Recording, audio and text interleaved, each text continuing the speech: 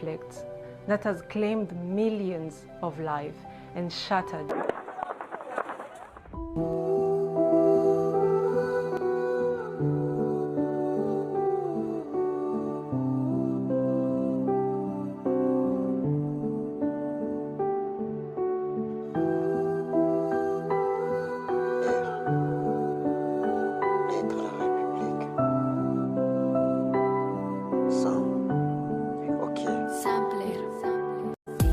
Ça fait des années que ça dure, faudrait mieux que ça s'arrête.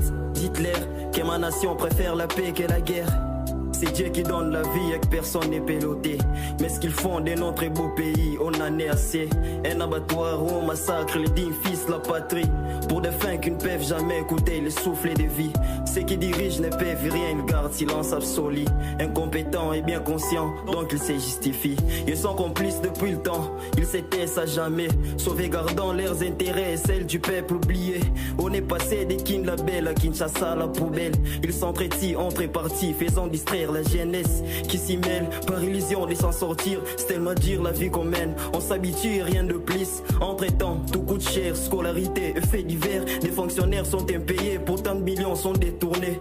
On porte des fardeaux lourds et nos cris s'élèvent tellement haut et fort. On dirait un enfer sur terre, c'est lamenté jour et nuit.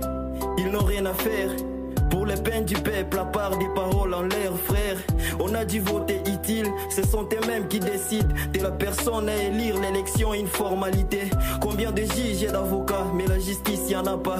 Les plus coupables ils sont libres, les innocents sont condamnés. Beaucoup de licenciés sont au chômage, tous ces diplômes ne suffisent plus pour avoir du travail. Quand c'est l'armée qui recrute, l'annonce est faite à la télé.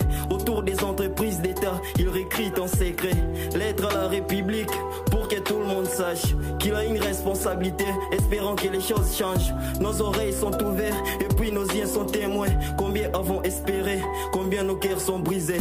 65 ans jour pour jour, les choses ne font que s'empirer. C'est l'ordre campagne électorale qu'il revient nous chercher.